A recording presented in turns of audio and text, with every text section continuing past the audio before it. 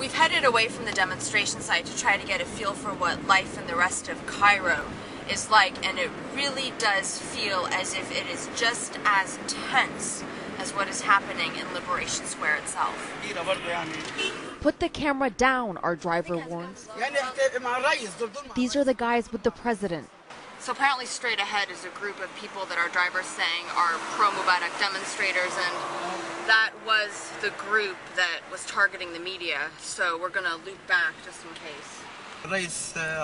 I think that President Mubarak is a good man, he says, respected, but people want food and comforts that we don't have. People need to work.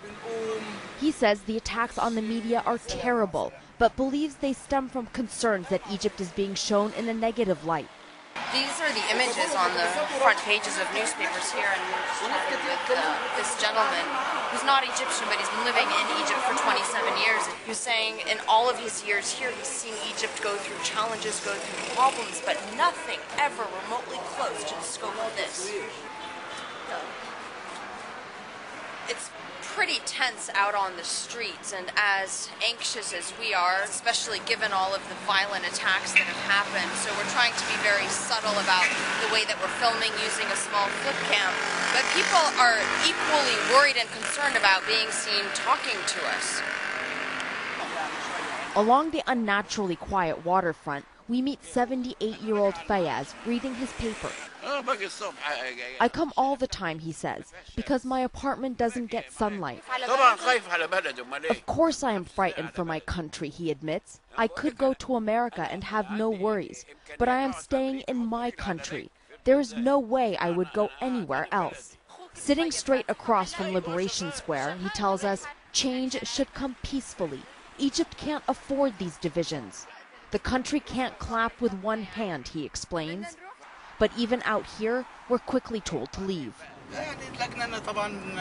I got worried about you, our driver says. There's a demonstration coming by. Not just worried about us, but his livelihood. The pro-Mubarak crowd has been smashing vehicles carrying the media.